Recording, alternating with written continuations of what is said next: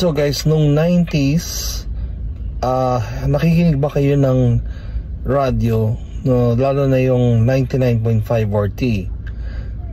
Grabe, parang foreign sounding lagi ang mga DJ nila, straight English. Tapos yung mga songs nila laging one step ahead of the other radio stations. Parang yung hindi mo pa naririnig sa iba. Tapos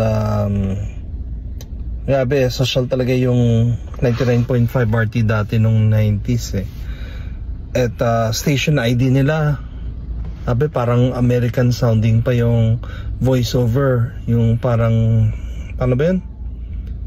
The power, 25,000 watts. The frequency, digital 99.5. The call letters, DWRT-FM. So grabe.